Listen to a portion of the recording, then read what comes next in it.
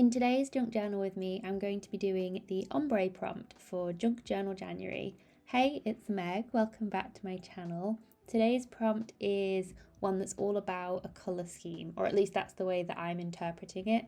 And I wanted to respond to this prompt in a way that wasn't completely obvious, but I wanted to use it as a way to have a bit of a kickstart and sort of inspire the way that I was creating for this page. So it was almost like something I wanted to have in the back of my mind, and when choosing, my colours, my imagery, and the different techniques that I was using and how I was applying things to the page and the composition, I wanted it to really inform my page in that way. And so I thought that would be an interesting way to respond to the prompt. So you'll see as I go through this process, there's elements that are a little bit more on the nose, and there's some that are much more abstract, and I'm just sort of letting the ombre prompt sort of take me wherever I need to go. And I think sometimes that's the really fun part about these prompts, is that you can, take a little bit of an idea and run with it, and it doesn't matter which direction you go in with it. It's just the fact that the prompt has prompted you, essentially. It's helped you to get going. And when I opened this journal and I realized obviously I'd added that giant trim to the page for the prompt of fabric, I kind of thought, oh right, okay, I'm gonna have to deal with this on this page. But I actually ended up really liking how it worked on this page, and it was a nice little addition to the page. So I was trying to work with it like not having it be like a core part of the page, but I was sort of creating with the fact that there was that big ruffle in mind. And so I really wanted to make sure that it matched my colour scheme that I was using. So for this page I went with pinks and creams and neutrals, which I thought paired well with the base pages that I had for this page. So the colours that I'm using were kind of in a bit of an ombre family, going from the creams, and then I added like coffee dye, and then through to the brown. So it kind of came together in that way. So you'll see here I'm just adding a bit of coffee dyeing, and I think that kind of spoke to the ombre prompt, or at least I thought that it did, because you don't always get like a completely flat coffee dye when you do it this way. Especially you end up with bits that are darker and bits that are lighter, and I really like the effect that gives, especially on the left hand side of the page here, on the cream book page. And I came in with like a second layer of the coffee dye just to add some extra depth and darken it up in certain areas, but I didn't want it to be too detracting from the rest of the page. I almost wanted to use it as a way to blend in all of the different elements that I had going on for this background. I was keeping it fairly simple this page. I didn't want there to be a huge amount going on. I wanted the focus to be on these images that I had pulled from an encyclopedia.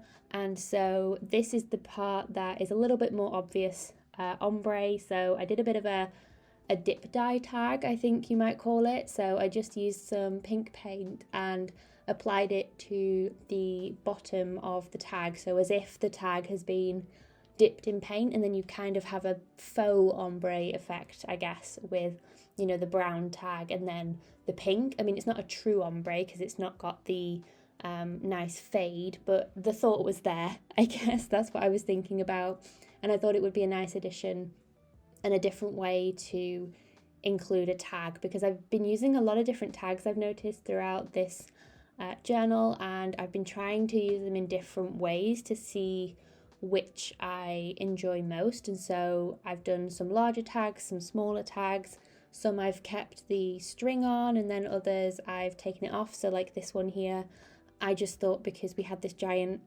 ruffle on the page, that I really didn't need any more textures and bits flying everywhere. So I decided to take that off from this tag and just have it be plain.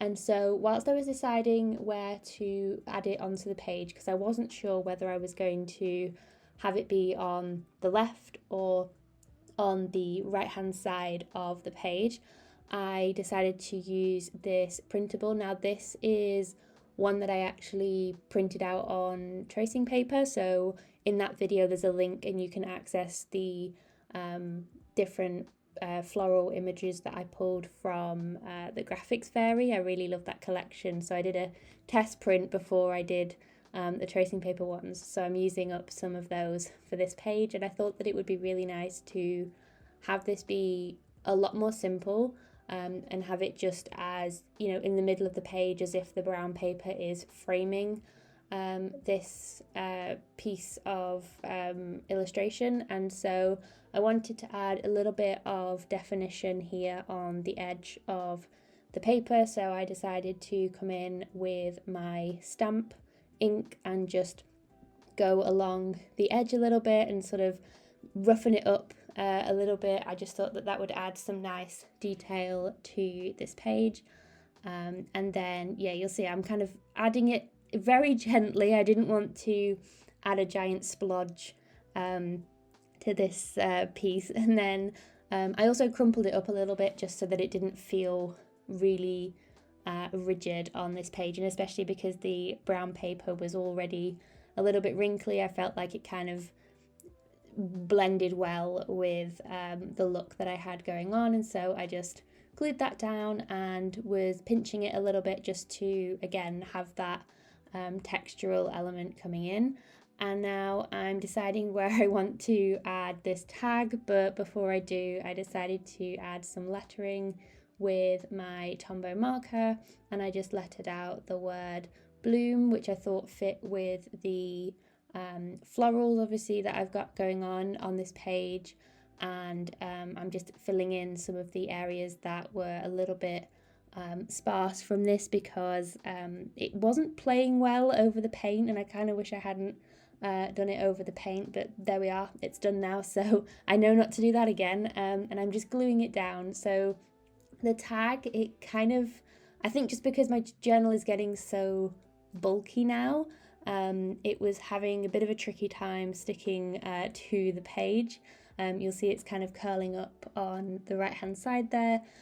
So I just added some extra glue, and then off camera I just made sure to add a bit extra, and then I've put a heavy book on top of it to help it to attach, and then hopefully over time it should stay put, hopefully. And I'm just adding some details here with the white Uniball Signo pen. I love just adding little sparkles and scribbles all over different things, especially with this being more of a focal point with it having the text, and you'll see there my efforts of trying to make sure that the tag stays in place. And I'm also rounding the corners, which I think just kind of helped to finish that page off nicely. And then because I was feeling like it was missing something, especially because I only had the text on the left hand side, it was feeling a little bit sparse. So I have these phrase stickers that my lovely friend Daisy over at My Green Cow makes, and I decided to include one of these on this side, and I think it just really helped to bring it all together, and it didn't look so sparse over on the right hand side. But I really enjoy how simple this look is. I've been doing a lot of detailed pages lately, so it's been nice to work on pages that have a bit more like negative space and a bit more breathing room, especially with this one here, so I'm not adding too much in the way of different details. And you'll see here I'm just adding my extra layer of the coffee, and I'm not going for something super intense with this. I just wanted it to be really light and subtle and just add a little extra something to my page. I guess I wasn't trying to go for a really bold technique. And then I was brave and added a little bit of it to this image, because obviously it's printed out. I didn't want it to run too much, so I just added a tiny bit. And actually I really like the way that that helped to darken the bottom of the image and, you know, had that ombre effect going on as well. And finally, just to bring the whole thing together, I wanted to add something underneath the tag because I felt like it was floating a little bit on the page. So I used some scraps of book text here, and I picked a piece that was lighter and then one that had aged sort of darkened edges and laid it out in a way that made it look like an ombre effect, which I thought was a really nice way to include another little hint at the prompt of ombre.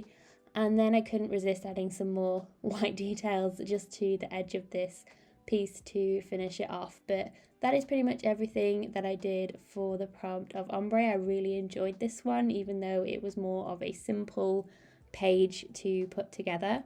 I hope you have a wonderful rest of your day, and I will see you guys in the next one. Bye guys.